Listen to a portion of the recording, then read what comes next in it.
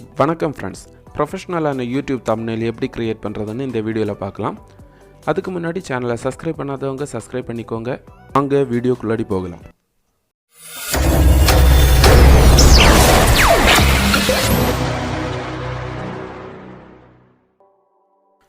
PixlLab use பண்ணி எப்படி நம்ம ப்ரொஃபஷ்னலான ஒரு தம்ப்நெயில் கிரியேட் பண்ணுறதுன்னு பார்ப்போம். முதல்ல ஒரு நியூ பேஜை ஓப்பன் பண்ணிக்கோங்க. நியூ பேஜில் நமக்கு தேவையான ஒரு பேஜ் சைஸை செட் பண்ணிக்கோங்க. அப்புறமா நம்ம அந்த பேஜில் இருக்கக்கூடிய அந்த டெக்ஸ்ட்டை டெலீட் பண்ணிவிடுவோம். அந்த டெக்ஸ்ட் நமக்கு தேவை கிடையாது. நமக்கான பேக்ரவுண்டு எப்போவுமே அட்ராக்டிவாக இருக்கணும். ஸோ நம்ம அதுக்காக நம்ம ஆல்ரெடி வீடியோ க்ரியேட் பண்ணி வச்சுருப்போம் யூடியூப்பில் அப்லோட் பண்ண. அதிலேருந்து ஒரு பர்டிகுலர் ஷாட்டை நம்ம ஸ்க்ரீன்ஷாட் எடுத்து அதை நம்ம PixlLabல இன்சர்ட் பண்ணும்போது நமக்கு இங்கே ஈஸியான ஒரு பேக்ரவுண்ட் நமக்கு கிடச்சிரும். இந்த பேக்ரவுண்டை யூஸ் பண்ணி எப்படி நாம் ஒரு அட்ராக்டிவான வீடியோ தம்ப்நெயில் நம்ம ரெடி பண்ணலான்னு பார்ப்போம். நம்ம அந்த ஸ்க்ரீன் ஃபுல்லாக ட்ராக் பண்ணி வச்சுருவோம். அது தாண்டி இதில் சிம்பிளாக எப்படி எடிட் பண்ணலான்னு தான் இந்த வீடியோவில் நான் கொடுத்துருக்கேன். இதில் நமக்கு முடிஞ்ச அளவுக்கு அட்வான்ஸாக எப்படி வேணாலும் பண்ணிக்கலாம். சிம்பிளாக க்யூட்டாக இப்போ நான் KineMaster அண்ட் PixlLab அந்த ரெண்டு லோகோவை யூஸ் பண்ணியிருக்கேன். ஏன்னா அந்த ரெண்டு அப்ளிகேஷன் யூஸ் பண்ணி தான் நான் அந்த வீடியோவை க்ரியேட் பண்ணேன்.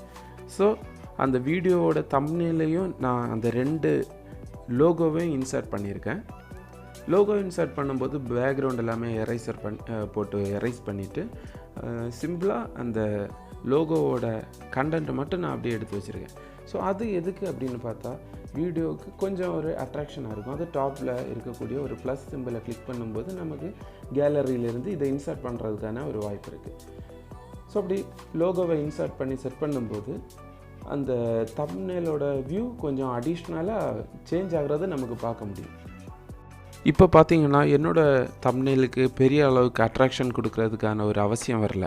காரணம், நான் அது வீடியோவிலேருந்து ஆல்ரெடி எடிட் பண்ண ஒரு பர்டிகுலர் ஷாட்டை நான் எடுத்ததுனால நான் எதை சொல்ல வரேனோ அந்த கண்டென்ட் அதுலேயே வந்துடுது. எல்லாத்துக்கு மேலே நம்ம வீடியோவோட லோகோ அதில் இன்சர்ட் பண்ணிடணும். ஸோ அது கொஞ்சம் கூட அட்ராக்டிவாக இருக்கும். ஸோ அந்த லோகோவை நான் இப்போ இன்சர்ட் பண்ணுறேன். அதையும் நான் சேம் ப்ராசஸிங் தான். அதில் டாப்பில் இருக்கக்கூடிய ப்ளஸ் சிம்பிளை கிளிக் பண்ணி கேலரியிலேருந்து நான் அதை இன்சர்ட் பண்ணி ட்ராக் பண்ணி வைக்கிறேன்.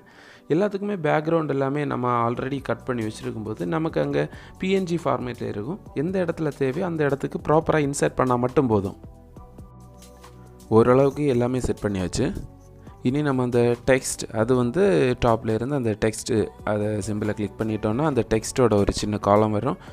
அதுக்குள்ளாடி கண்டென்ட் நம்ம இனி ப்ரொஜெக்ட் பண்ணுற மாதிரி என்ன நம்ம கொடுக்க போகிறோம், அட்ராக்டிவான கீவேர்ட்ஸ், அந்த கண்டென்ட்டை நம்ம இதில் வேர்டிங்ஸாக டைப் பண்ணுறோம்.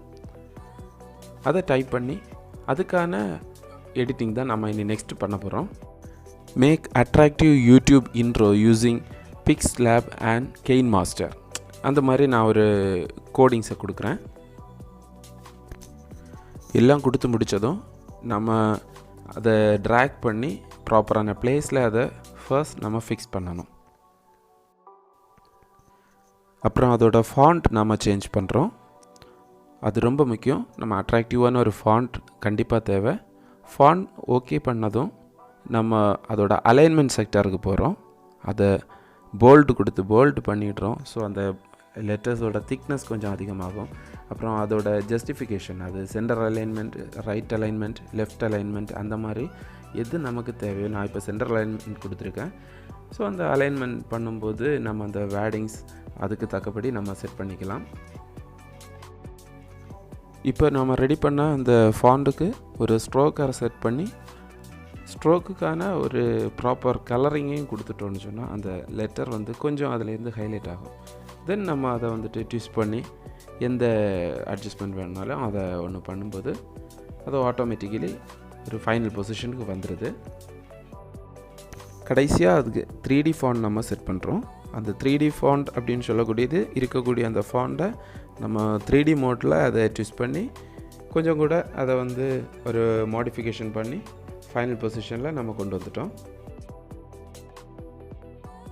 ஓவரால் ஒர்க் முடித்ததும் அது சேவ் கொடுத்து அல்ட்ரா மோட்டில் நம்ம சேவ் பண்ணிக்கிறோம்.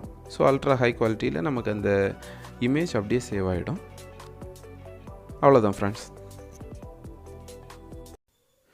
ஃபைனல் ரிசல்ட்டை பார்த்துக்கோங்க. மறக்காமல் சேனலை சப்ஸ்கிரைப் பண்ணுங்கள்.